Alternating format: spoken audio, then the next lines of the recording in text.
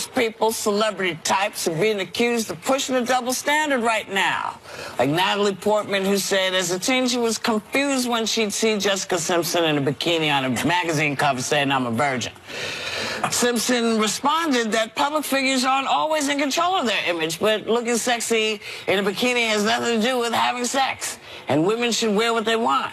Portman apologized and clarified that the media was sending the mixed message, not Simpson herself. So, what is this? I think it's about that one of them, if you buxom, people think, you know, that you're sexy, and it's been my curse my entire life. I mean, if you're... It still is to this day, Joy. To this day. But if you're flat-chested, you know, like a lot of the actresses are for us, they have no boobs, and they're very, very skinny, I noticed, because they have to fit into different kinds of costumes. I was thinking of Audrey Hepburn back in the day. You all know Audrey Hepburn, right? She was like a skinny, she basically was skinnier than any of them in those days. And then she was always taken seriously because she was like that. But Marilyn Monroe, who had boobs and a booty, she had to struggle to be taken seriously. I think it has something to do with it. What happens if you're black?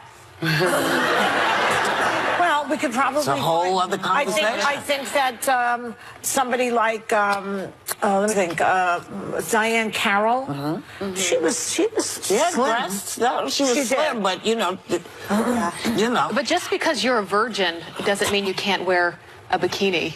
On the cover of a magazine. Meghan and I grew up in this era. It was like the late 90s, early 2000s. You remember it was Christina Aguilera, Jessica Simpson, Britney Spears, and it was sort of this theme of like the good girl being sexy and naughty. Remember Baby One More Time? She's like this Catholic girl, you know, mini skirt, and her belly was showing. I actually related in some ways to Jessica Simpson because I grew up religious like she did, and I was a virgin until I met my husband, and she was sort of a role model of someone that could be sexy and that could be seen as beautiful, but also staying true to her values at the same time. See, I don't know. I mean, and I'm not trying to slut shame, and I'm not saying that women shouldn't wear what they want to wear, and I don't want that to be confused. But what I have found is, you know, I'm raising a preteen. My daughter's 12 years old, and she is constantly bombarded with these Instagram photos of girls in tiny bikinis. She's constantly bombarded with these messages, and the message that I have always tried to impart for Paloma is be strong, be bold, be smart. It's the same message that my parents always gave me. You know, you don't and I think there's sort of this confusion. What does the clothes have to do with it? Well, because, for example, I went to the store to get Paloma some shorts. Yeah. I was shocked at the length of the shorts. I mean, I could not find a pair of, and people in the audience are nodding their heads, I couldn't find a pair of jean shorts for Paloma that didn't show the bottom of her butt. And I think that the media is pushing these images. I went to several stores. Let me tell you, because one of the things that parents used to do is they used to make your shorts for you. They take your jeans and they cut them to the length, and that's what you got to do. That's what we have to do. But the point is that, you know, maybe the media is to blame, the fashion industry is to blame, but these girls are constantly being bombarded with images that are hypersexualized. I can remember I went through puberty when I was very young, when I was like 14 or 15. I have huge boobs, naturally, and it's been the bane of my life. It's not always a good thing. I remember jet skiing when I was 14 or 15, and the boat captain I was with made some comment about, like, oh, look what she's wearing. I was just wearing a bathing suit. And there's a thing about curvy women that our bodies are sexualized. Just because you have big boobs or you have thighs or you have a butt, which I do, I'm a size 12 to 14,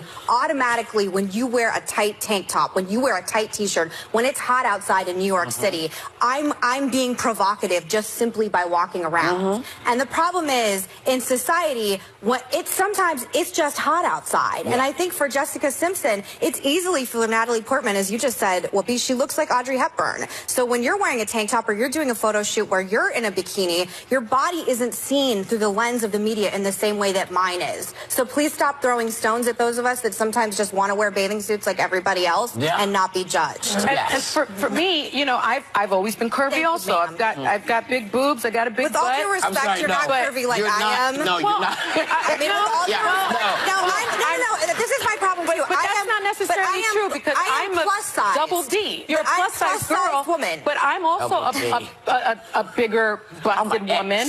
And but I'm talking about. I think women should wear what they want to wear. Specially made. I think women should wear what they want to wear. But I'm talking about, and I think what Natalie Portman was talking about is this hypersexualization of young girls. Yes, and I've seen it younger and younger and younger. Yes, but part of that is coming from how people are looking at this. Sometimes a person is just in a bathing suit.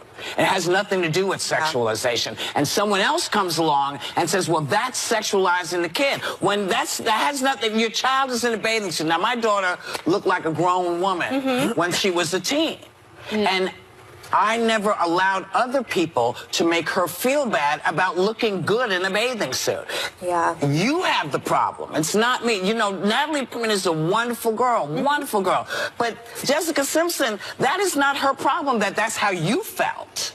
That was not what she did to you. That's how you felt about something you saw. So to accuse her of being, she did apologize. She has apologized. But to take that on and say this is what you made me feel. That's not Jessica Simpson's fault. I don't think so at all. She was a kid, right? She was a kid But I think the larger conversation is about the over-sexualization in our society of young girls on the internet, in clothing stores. Well, isn't that your job as a parent to make sure your daughter isn't seeing that and saying that's what I want? Is that the job? I don't know. I definitely. But I also think there's something about because I think that a lot of the problem, and we're probably going to talk about social media today, is that you have no control over social media. You absolutely wait, guys. I know from experience when I wear a tank top and Natalie Portman we'll be right back. Two different things.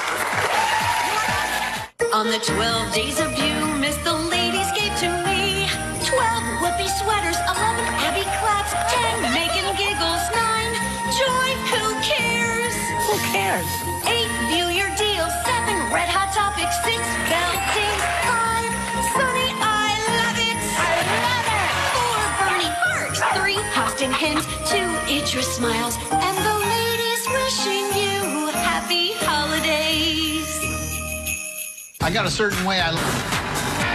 Still ahead, Kerry Washington, Charles Krauthammer's son Daniel on the life and loss of one of the biggest voices in conservative media, and how Marlo Thomas is going global to help kids around the world.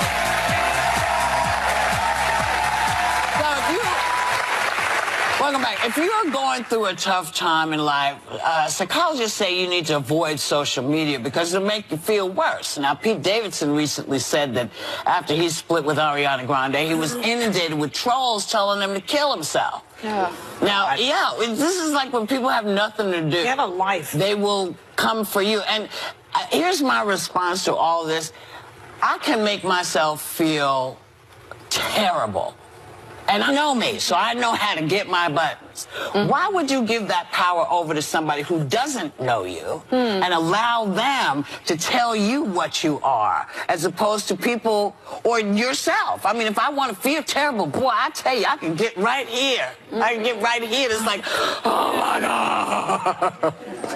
Why give it to somebody else who doesn't know you? Why do we do that? I made that mistake. When I first started on the show, I received more hate than I've ever seen in my entire life, just because people assumed that they hated me off the top. Welcome to The View. Yeah. So after the show, I would make the mistake of reading comments on Twitter and on Instagram, and I found that I'd go home and I would try and be with my daughter, and I just wasn't engaged. I was down on myself, and I was believing everything that I read. And so the last 2 months, I made a rule for myself. I still post things, but I don't read anything. I gotta tell you, I am so much happier, and I'm so much more engaged in my life and in people around me that I love.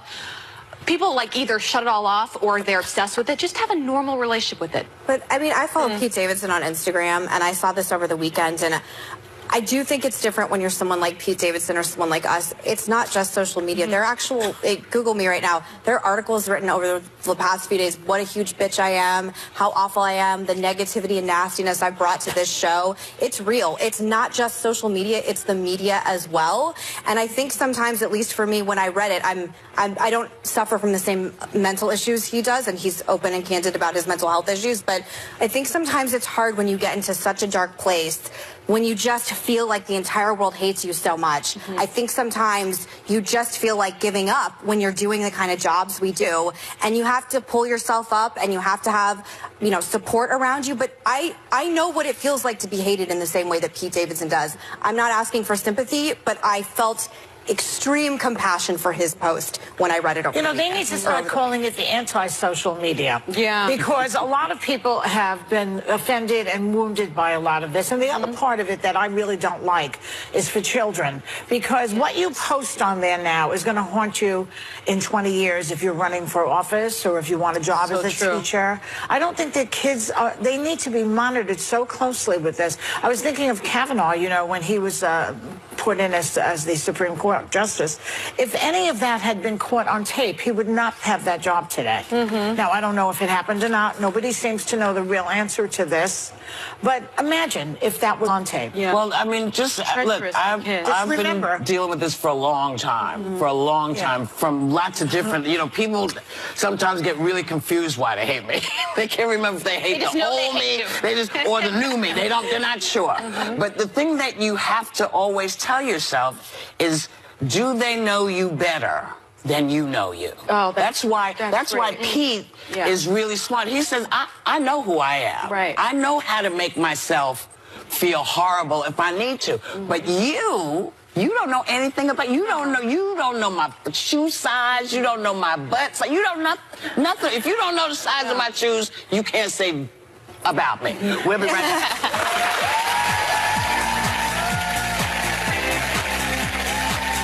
The action continues on Facebook. Like our page to keep up with hot topics and weigh in on the ones that have you fired up. That's right. Ever since Daryl's family... Welcome back. So, a woman who couldn't wait until Christmas took to social media after sneaking a peek at the gifts her boyfriend brought her. And then she posted how disappointed she was. She says it was, quote, the same old crap. A lot of people said she's ungrateful, but some sympathize with her, too. So where do you stand on this? I don't like that. I mean, I think, you know, getting a gift is just a wonderful thing. It shows generosity. And if you look at the list of the stuff the boyfriend got, he got her favorite perfume. He got her like a ton of gifts, favorite perfume and clothes and all sorts of things. And I just thought maybe he shouldn't be with her. What did she get him? Do we know what she got him besides socks? Agitated. I'm on her team on this one. Who knows? She may have received that same gift for like 10 years. But it's her favorite perfume. Why are they opening it so early? That's a good question. But if it's a gift from like a friend, then you appreciate it. But if it's from a boyfriend or my husband, for example, I actually think it's better to let them know if it's not something that you like. My husband, for a number of years when we were dating, sent me flowers for every anniversary, every holiday, and they always showed up completely dead. They smelled, and it got to the point where I had to tell him because I felt so bad that he was paying for the flowers and they were so ugly. And so now he knows, but if he does, now we usually tell each other what we want before. We get gifts. Steve and I get gifts. We just do it all year round whenever we see something we like. But for a few Christmases, he was getting me things like electronic stuff, and then they became obsolete within 6 months. So, you know, it's like, what was the point of that? Would you tell him, though, if you didn't like a gift? Yeah. I'd say take it back. I would. Take it back. Yeah, because I'm not going to use it, so it's just a waste of our money now. So, like, why are you buying me something that I don't like or I'm not going to? I accept experiences. Like, say thank you, but I'm taking it back. Ben makes roasts for me and like food type of things. Like for my birthday one year, he did like a 10 June and like a bunch of rice. And so I think sometimes experiences. He makes food. Yeah, he makes dinner for me. It's a great. So I think like sometimes gifts can be. He can also love food. So that's like food is love. Food is love. Yeah. Yeah. Or get a. Can't go wrong. We'll be right back.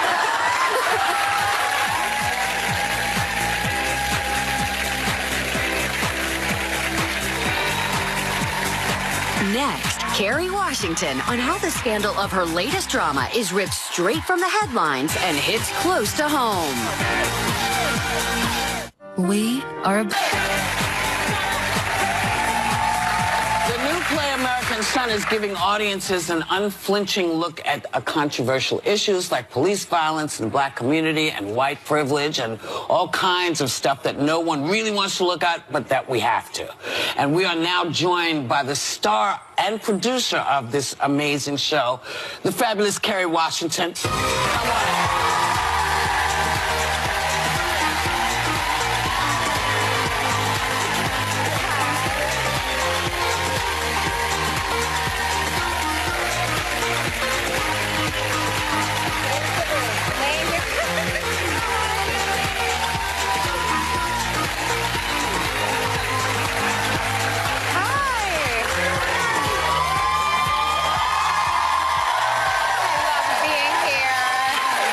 You just look like your mom. I just do you look just so look much like, like my mom. I know, which is great because my mom's purdy. Yes, she is. Yes, she is. Give her my love. Go ahead, I will. There is so much to get to. So much I want to ask you. I'm the biggest fan of Scandal. Oh, I'm thank so you sad for it's come to an watching. end, and so many others are. You played a character that was based on a true story, Judy Smith, who was an aide to... My character was inspired by Judy Smith, and she was an aide to George H.W. Bush. What are you going to miss? Olivia Pope, what a powerful character that was. What are you going to miss about that role? I miss the Prada purses. And I miss, honestly, you guys know, I miss the people that I worked with. You know, the cast, but also our crew. You know, you really become a family. I always say to people, I was Olivia Pope before I was anybody's wife or mom. And so I do love that Scandal family.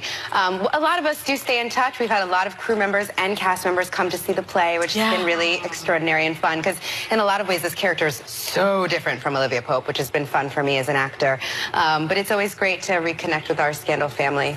Yes, and this is actually your second time on Broadway with American Son. I understand such famous people like Sonia Sotomayor, Michelle Obama have been in the audience. I don't think I could do anything if those people were in the audience. How do you perform when you have notable figures like that? You know, honestly, I had a friend ask me the other night, like, does it make you more nervous? And I think what it makes me is more focused, because my job is to drop into the reality of this character, and the play is so intense. And if my mind is like oogling about who's in the audience, then I'm not really doing my job, because I have to be really dropped into the reality and the stakes of the play. So what it makes me do is it makes me get to the theater a little earlier, take a few more deep breaths, and really be focused. Why do they have to tell you they're there? Well, I mean, you know when the former First Lady is coming, because there's lots of Secret Service people snooping around and big gates outside the theater. And same with the Justice. Our Bronx girl. Yes. The play is about a lot of interesting things, as Whoopi pointed out: race, class, gender, police brutality, which are so relevant today. We're talking about every day light here. and fun.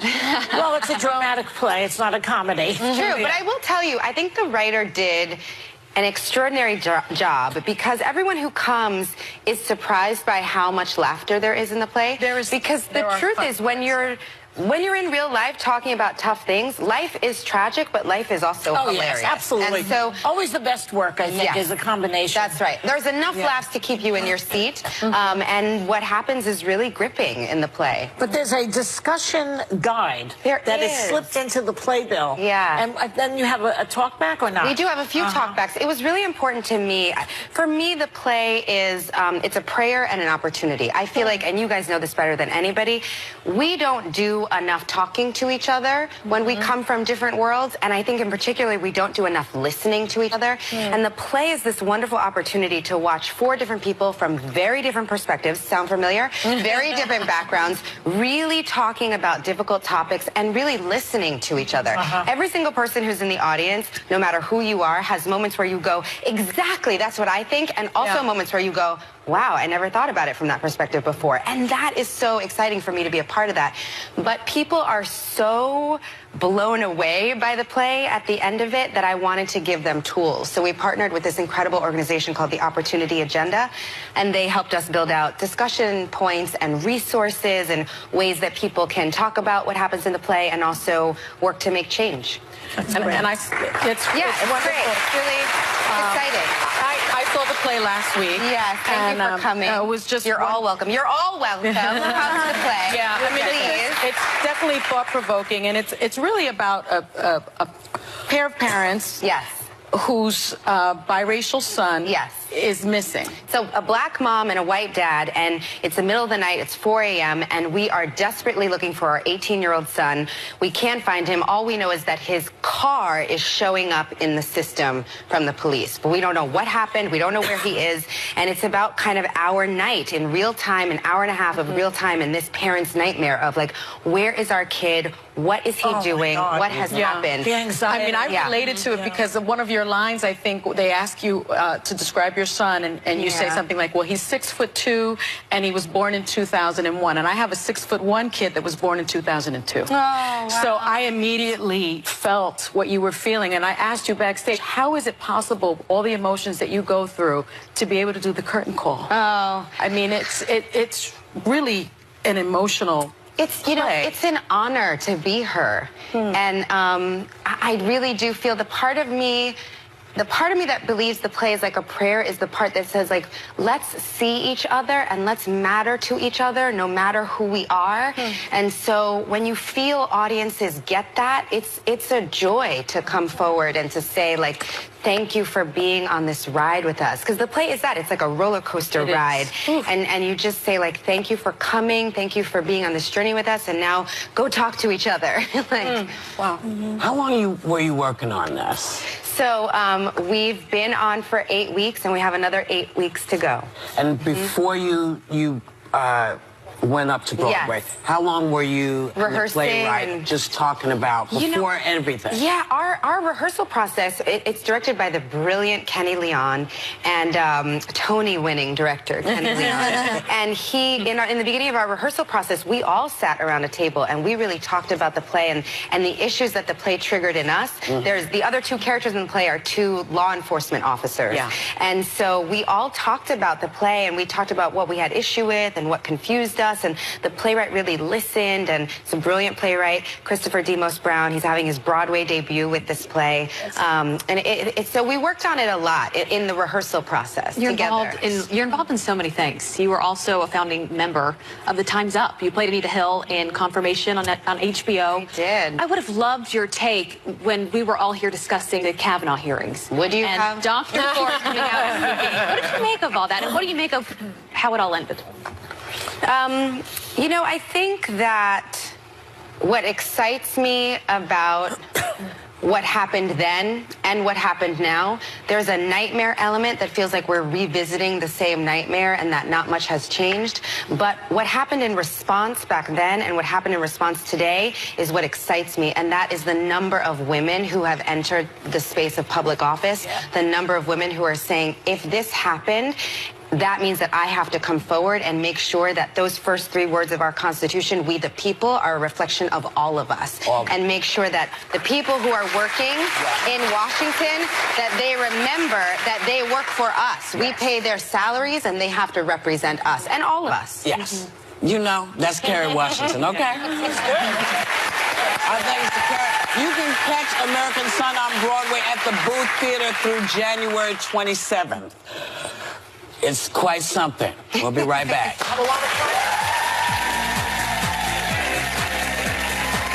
Next, Charles Krauthammer's son Daniel shares the last days of one of the most influential men in conservative media and why he was one of the only Republican journalists to take on Trump. Jimmy's gotten used to his whole room smelling like sweaty on ABC 22.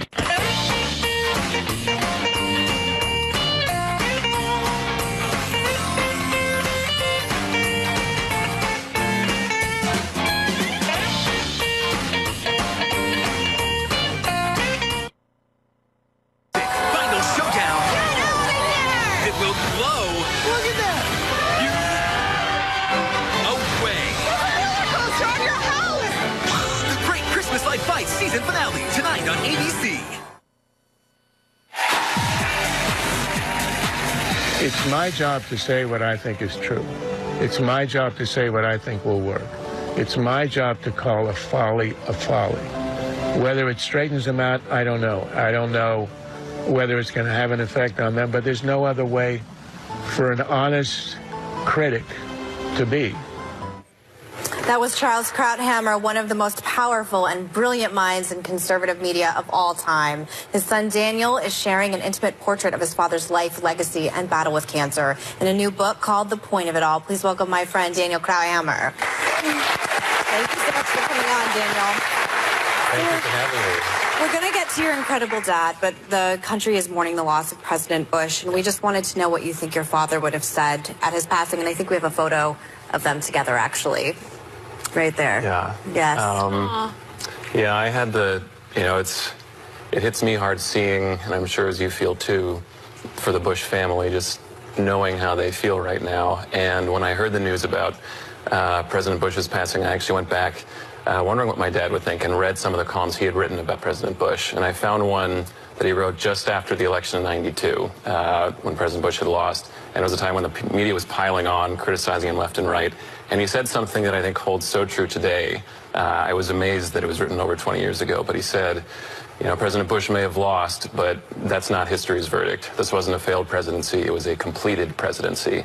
That he rose to the great challenges of the time of ending the Cold War on our terms, of meeting Saddam Hussein, and he finished his job for history, essentially. And my dad had a very deep sense of history and compared him to Churchill and Truman and other presidents who did great things, but then essentially their turn in history was done. Mm-hmm. This is why I would race home every night at 6 p.m. to watch your dad on Special Report on Fox, because he really helped shape the modern conservative movement, but he was able to disagree so respectfully, and at times he would be very critical of President Trump, for example, when it's not popular many places, and he would go places that many conservatives would never go.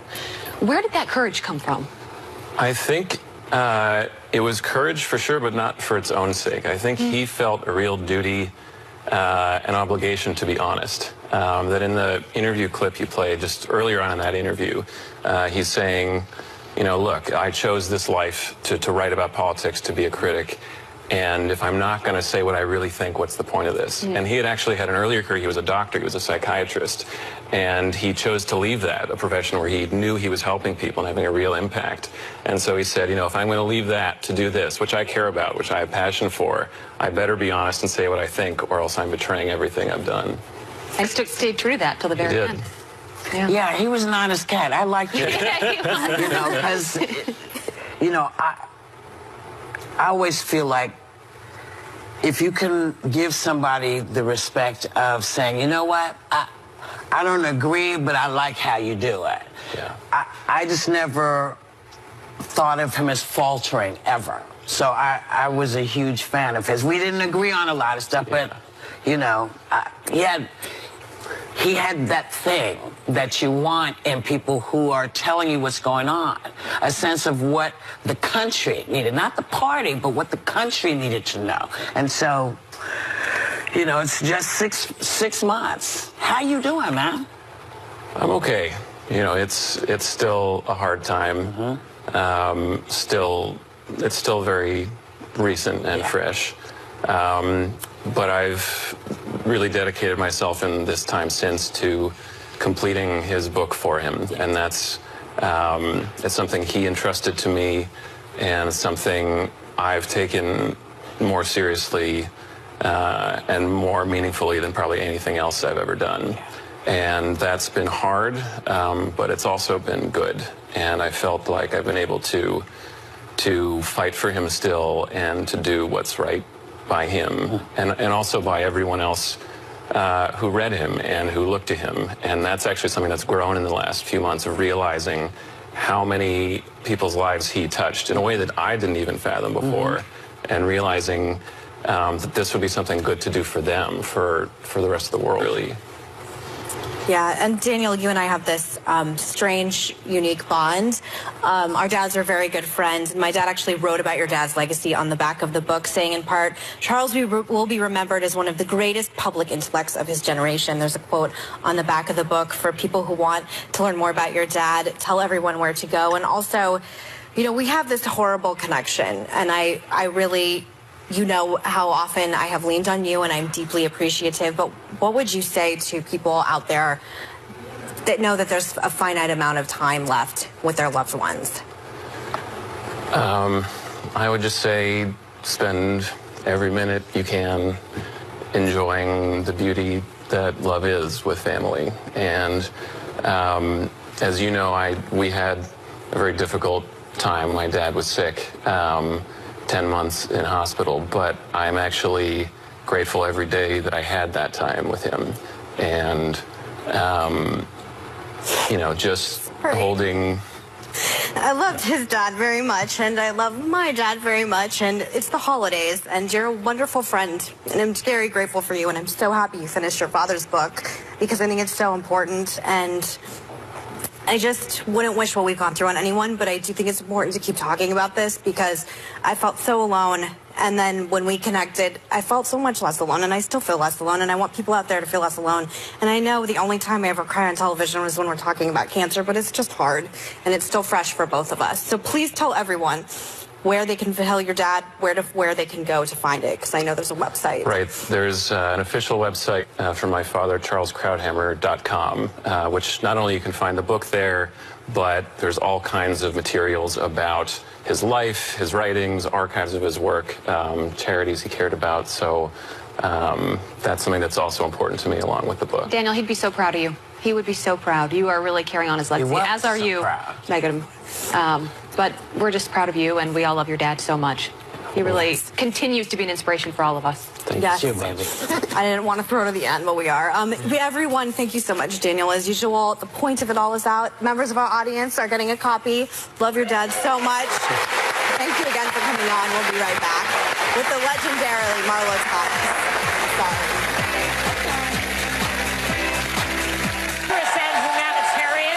Thomas has just received an impressive milestone with her Thanks and Giving campaign on behalf of St. Jude's Children's Research Hospital.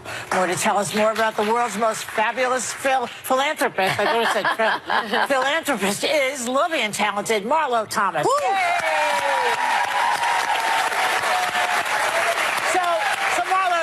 National Outreach Director for St. Jude. Every holiday season, you do a Thanks and Giving campaign, which I just mentioned for anyone who might not know. Well, tell us what that is about. Well, it's a time of year to give thanks for the healthy kids in your life and to give to those who are not. So when you're out shopping for Hanukkah and Christmas presents, our partners in stores are going to ask you to add a little something for the children of St. Jude. And so do it, for heaven's sake. For profit, and nobody pays for anything.